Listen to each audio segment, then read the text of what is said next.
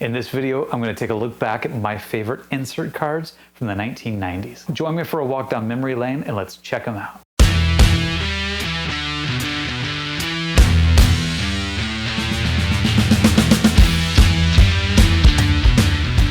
Hey everybody, thanks for joining me on my channel Brutus on Baseball. I started collecting baseball cards in the late 1980s, which was right at the time of the junk wax era starting. But that also meant that I joined in right at the time that the parallel versions and the insert cards became really popular in collecting cards. That was a fun time to be able to open a box of cards. Instead of getting just all base cards, you'd start to be able to break open some packs and find some rare cards that you'd pull just a couple per box at the beginning. It was really exciting whenever you got one. And so in this video, I'm going to share with you my 10 favorite insert cards from the 1990s, the ones that I remember collecting the most and that meant the most to me. And by no means will this top 10 be universal. This was my top 10, the ones that I really enjoyed collecting. You might have different ones, and if you do, I'd love to hear all about it in the comments below.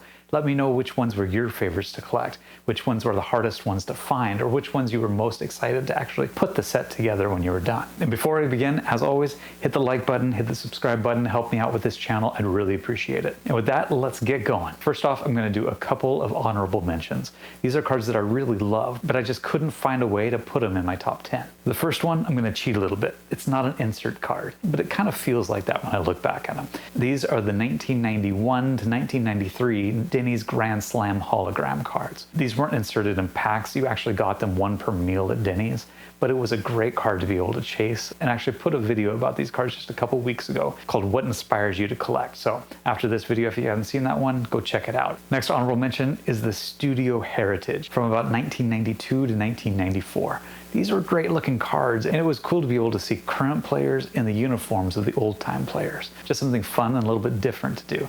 My favorite ones in this was probably the 1994 Studio Heritage. Another honorable mention, it was only included once, but I thought this set was fantastic. And I still don't actually have a complete set, so I'm interested in finding these cards if I can. But it's the 1993 Upper Deck Walter Yost collection. These are amazing looking cards that are all photographed by Walter Yost Jr., who was a very prominent photographer of athletes in that time. The design is simple, the photographs are incredible to look at, to see these players really up close and personal. The next honorable mention is a set that I absolutely love, but I didn't put it in my top 10 because I didn't actually collect it when I was a kid. The Leaf Limited Lumberjacks. Leaf Limited was kind of a premium brand at that time, and as a teenager I just didn't have the money to be able to buy those boxes. But looking back now, those Lumberjack cards are really amazing wood-grained cards, and they can chip really easily too, making it hard to find them in good condition. They're serial numbered, they're great cards. I just didn't collect them as a kid, so they didn't make my top 10. And my last honorable mention is one, again, that I didn't collect as a kid because it was too hard to come by, but I just think that they are one of the most amazing looking insert cards from the 90s. And that's the 1997 EX2000 A Cut Above insert set. These are die-cut cards with a saw blade look and really hard to find in good condition again. But to me, they just look fantastic. Okay, enough for the honorable mentions. Let's actually get to the top 10. Here we go, starting with my number 10. This is the Ultra All-Stars insert set. Ultra started in 1991, and it was Fleer's premium brand to be able to compete with Leaf and Upper Deck and Stadium Club. And Ultra really exploded as a popular brand to collect when they started putting a lot of insert cards and upping the game on designing those insert cards. The 92 Ultra All-Stars were the first one that really caught my eye. They were an eye-catching design with those black borders with the marbling throughout and framing a great picture of the all-star players. The set included who Ultra thought was the best player at each position in both leagues. The set continued in 1993 and 1994 as Ultra went absolutely bananas with creating more and more insert sets. It actually got too much how many insert sets there were. Unfortunately, the All-Star insert set to me took a step back in 93. It just wasn't quite as good as 92, although I still did like them. But then in 94, it really took a giant step back. And that was before they pretty much gave up with the design by 1995. The 95 design was absolutely pathetic when I saw it. And luckily, that's when Ultra decided to put that set aside as well. They stopped producing it after 1995, never really being able to reach that peak that they hit right at the beginning with the 92 release. I ranked this insert set in my top 10 pretty much only because of the 1992 All-Star set. All right, next up, number 9 on my list is the Flair Hot Gloves insert set. Initially, Ultra was the premium version for Fleer, but they stepped it up another notch with Flair in 1994. And the Hot Gloves insert that they put into the 94 set was the first of its kind featuring a die-cut card. It really paved the way for future die-cut series. Every brand had some sort of die-cut version in the next few years. Again, just like what we talked about with the 92 Ultra All-Star set, 94 Flair Hot Gloves also started out with a bang. And to me, the Hot Gloves insert set just didn't perform up to that standard after that. The 95 version steered away from that die-cut look, and they put a gold background, which was supposed to be indicative of players winning gold gloves. But the die-cut was such a revolutionary idea in 94, I think it was probably a mistake to abandon the idea going forward. The die-cut was brought back in 96 and 97, but to me, the 96 design just fell a little flat. And the 97 design was the exact opposite. It was way too busy, a lot going on. So for that reason, again, I put Hot Gloves at number 9 because it's more like a one-hit wonder to me. That 94 set design was a beautiful thing. And I remember pulling my first King Griffey Jr. on that one, which is a pretty exciting moment for a kid growing up in Seattle. The number 8 set on my list is another one-hit wonder, but that's because they only made it for 1 year. This was the 1997 Metal Universe Blast Furnace insert set. The Metal Universe set was a very unusual set for its time. Fleer had been bought out by Marvel Entertainment. They actually started the Metal Universe set, which meant that every player's card featured some sort of fantasy-like theme. And a lot of those themes actually interacted with the player on the card in some sort of way. The Blast Furnace set featured some of the top power hitters in the entire game of baseball. And they were featured on a translucent colored flame acetate card. I remember pulling my first one of these, which was a Mark McGwire. In 98 was the height of the home run chase between Mark McGwire and Sammy Sosa. There were some great names in addition to McGwire too. You had Jeff Bagwell, Alex Rodriguez, Barry Bonds, Frank Thomas, and King Griffey Jr. Still to this day, when I see these cards, I wonder why in the world they didn't make it in the years after. I loved the Blast Furnace cards, and I still get nostalgic every single time I bring them out and take a look at them. Just so much fun to collect them. And we're getting into ones that have a little bit more longevity, and that's why they rank a little bit higher, because I got to enjoy them across multiple years, unlike the ones that we've covered so far. And so for number 7 on my list is the Fleer Lumber Company insert set. This insert set actually started in 1992, but I didn't collect that version. It was only inserted into factory sets. I didn't buy factory sets very much at all when I was a kid, because it just wasn't as much fun not being able to rip the cards open and see what you get. The 92 design is pretty cool though, with a black border and kind of a wood-grained bat look on the right side. And they kept this theme going forward, always using the wood-grained bat look in some sort of way. Now the Lumber Company insert set would take a hiatus in 93, but it came back with a bang in 94, because the wood grain was used for the background of the entire card. The 95 set was a bit more toned down, a nice picture with a wood grain logo in the bottom corner. I actually thought that they looked really classy, and it was one of my favorite designs of the set. But to me, the best ones were 96. They put all the cards horizontal. That way, if you wanted to put them in your plastic sleeves, binders, you'd be able to look at them all the same direction, and it was pretty cool to see them all together. And in addition, they brought back the wood grain design for the entire background. If you're gonna call it Insert Set Lumber Company, you might as well make the card background all about lumber. Now the 97 die-cut version was cool, but it was quite a departure from the previous year sets. This was the last year that I actually looked out for them. Didn't really buy into the Lumber Company after 97, and somehow it lost me with that design.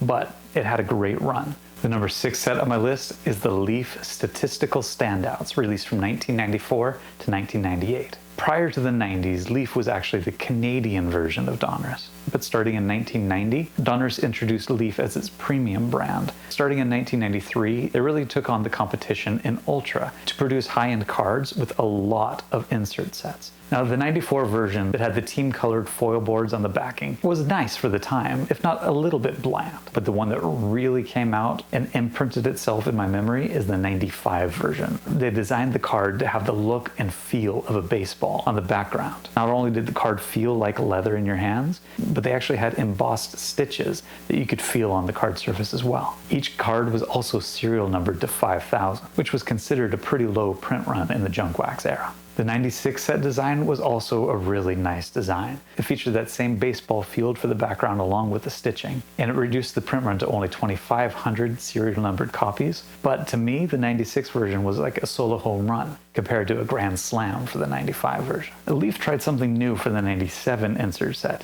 changing from the baseball background to a glove background. And the card was die cut and layered, so you actually could open up the upper fold of the glove. And this was the first type of card that was sort of like a booklet version. And for the 97 version, they also lowered the print run even further to only 1,000 copies of each card. The 97 version was very innovative, but it just wasn't for me. In the 98, they changed things up a little bit more by turning the cards horizontal as well, still having that leather feel to the background from the glove. But by then, it had just lost the luster, and Pinnacle went into bankruptcy after 98, so we didn't see these statistical Standout cards again after that. Number 5 on my list is the Donruss Diamond Kings. Now, the Diamond Kings actually have a long history, going back to 1982. But from 1982 to 91, they were just a subset within the base checklist of cards. Still great design, they were really popular, but they just weren't insert cards before 1992. For the entire time of the Diamond Kings, the painting style fronts featured portraits done by noted sports artist Dick Perez. Now, the set was made up of one player representing each team. Now, the decision at the time to change Diamond Kings from a part of the base set to an insert set created a lot of dissension in the hobby. For me, I was just getting into my collecting years, and I loved the idea of insert sets. I didn't have that history of Diamond Kings going back all the way to 1982. You had the fantastic look of the Diamond King front, along with the perceived scarcity of being able to find them only a couple per box, and that just made it more exciting. The 1992 and 1993 set designs were by far my favorites. Really classy looking portraits of players. And to me, that was just the epitome of what Diamond Kings should look like. The design was completely overhauled for the 1994 set, the first time since 1984 that the design had really been messed with. And to me, the 94 set was a big swing and a miss. The design was updated again in 1995, and although it was an improvement, it still was too far of a departure from the classy look of the 92 and 93 series. So I liked it, but just not as much. And the 96 design kind of fixed that gap a little bit of the painting style from 95, but merged with a really classy gold bordered look for the background. And in addition, the first time in 96, they made Diamond King cards serial numbered to 10,000. Upping the ante a bit on the perceived scarcity of the cards. Now in 97, Donruss was bought out by Pinnacle, and Pinnacle decided to make changes to a lot of things, including the Diamond Kings. They replaced Dick Perez, who had been doing it ever since 1982, with their own artist to really bring back the classy look of the Diamond King version. They had a great portrait painting again, surrounded by a very nice, classy looking gold frame, and they serial numbered the cards once again. In 97, they also decided to do away with one player representing every team. They just picked the best players in the league. In any case, 97 was the last season that I really looked for Diamond King cards. So to me, the Diamond Kings were from 92 to 97, with the best years at 92, 93, and then again at 97. Number 4 on the list is going back to Ultra again with the Home Run King insert set. This insert set featured the top sluggers in the game. As I mentioned before, Ultra found its place in the market by leaning really heavily on great designs for insert cards. They went a little overboard on how many insert cards through the mid-90s, but the reason I picked the Home Run King set was the ones that I pulled in 1993.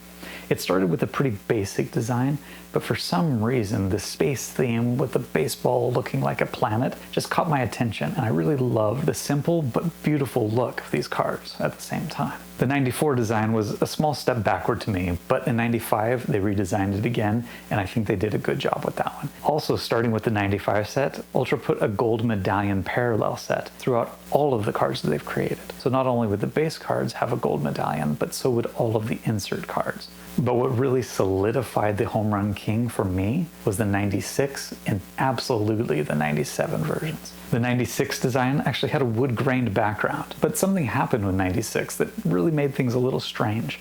Ultra received the cards from the printing company, and they weren't happy with the way that the foil stamp looked on the wood-grained background. And because of that, they didn't want to use them, but there was not enough time before distribution of the product. So what they did is they actually inserted the defective cards into packs of 1996 Ultra. But on the back of those cards was a redemption. You could send in that card that had the defective foil stamping on the front for an updated version of the same card that had better foil stamping and the correct back that they wanted to use for each card. The one problem though, the redemption expired in December of 1996, so you had to open those packs, send it in for redemption right away. For that reason, it's actually a lot harder to find the redemption cards that have the full front and back as it was supposed to be seen. Despite this little debacle, the 96 set design was great, but the 97 design absolutely made me forget all about it. I loved the 97 design, and it's one of my favorite insert designs from all of the 1990s. The design was a clear acetate, so you could actually see through the card, which I thought was amazing for that time. It featured a photo of that player, hopefully in a home run swing, and on the back it had the bio written into the silhouette of the player, which I thought was really cool too. Sadly, the set would not continue in 1998, which if you think about it is a travesty because that was the year of the home run chase. Number 3 on my list is the Donruss Elite insert set. This was an amazing set from the early 90s and the one that really brought insert cards into the forefront of the hobby. Now, what was it that made the Donruss Elite set so amazing? Well, in 1991, insert sets were really not the norm yet, but Donruss decided to make one. Now, not only did they make an insert set, they made them serial numbered, the first time it had really ever been done. And that known scarcity set off a craze in the hobby. Serial number to 10,000 for a lot of you guys out there probably doesn't seem like a big deal now, but you have to put it into context. This was the height of the junk wax era, and there were so many millions of base cards being produced that you have to think about how hard it was to be able to find one of those cards. The current estimates seem to be that you have to open between 75 to 100 boxes of 91 Donruss to be able to find one elite insert card. And trust me, no one wants to open 75 or 100 boxes of 1991 Donruss. There's still a lot of unopened 91 Donruss out there. And because of that, there's a lot of unfound elite insert cards. Now, the card designs were beautiful, especially for the time in 91, 92, 93. But another thing that made them really interesting was that the 91 series had card numbers 1 through 8. And then the 92 series started with number 9. So you actually had a continuation of that insert series from one year to the next. And they did the same thing every year for several years. Now, beyond the base insert cards, there were also 2 autographed versions of cards, serial numbered to 5,000, and a Legend series insert card numbered to 7,500. The 95 Elite insert set was the only one in that series to feature a die-cut version, making it a bit more condition sensitive. And something else that they did in 95 was they released 9,900 copies of the Elite inserts into random packs, but they held back the last 100 of those cards to be combined with other Elite insert cards into Series 2 hot packs, where you could find an entire pack of a complete Elite insert set. To me, the Elite Series set was outstanding every single year, except perhaps with the exception of 1994. The 91, 92, 93, they were all great. 95 was nice with that die-cut design. And the 1996 and 97 versions had a nice clean-cut marble background that made them very classy and elite looking indeed. The big difference with 1997 is, again, Pinnacle had taken over for Donruss, and they decided to rethink the Elite series as well. They decided to cut the print run from 10,000 all the way down to 2,500. And they decided to restart the numbering system at number 1 again. The only reason it doesn't rank higher is because the cards were so hard to find. It's not something that I actually could find and collect when I was a young teenager in the early 90s.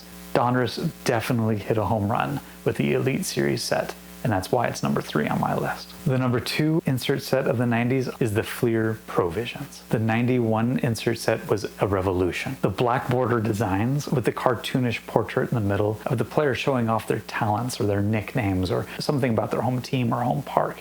It was just fun to look at. And not to mention, the black border design and the look of these cards was a wonderful departure from all that ugly yellow Fleer that we were opening up trying to find the Provisions. Standouts. Now, they deviated a little bit in the 92 set, but they put it as part of the subset in the base checklist this time around. They also put the card design the same as the base set, but they still had fun with the drawings that they put on the cards of these players. And that way, when they came back in 93 and made them as insert sets, I was doing everything I could to try to find them once again. They didn't always hit the biggest names, but they had fun with the cards. And this is one of those times that I really remember not caring so much about who was on the card, but the card itself. Even if it wasn't a player that I really liked or enjoyed, I still wanted that card because it was part of the full set, and that meant something to me. Now, the 91 set is the most nostalgic for me, and it's also the hardest to find in the best condition. But the set also got better with time. The 94 and 95 sets were some of the best designs that they came up with. And the Ozzie Smith is one that really stood out to me. I got this card in a pack that I opened,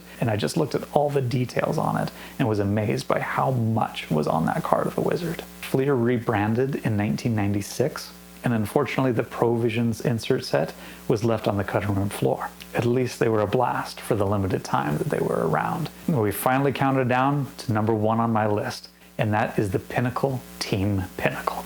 It was my favorite insert to collect every single year. Now, the Team Pinnacle insert set started out as a 2-sided baseball card. These were illustration cards again, and they were done by Chris Greco. Pinnacle put on the card whoever they thought was the best position player in each league. I remember opening a box of 92 Pinnacle, and what I got was the Frank Thomas. I think it was Will Clark on the back, but that didn't quite matter as much to me as pulling a Frank Thomas in 1992.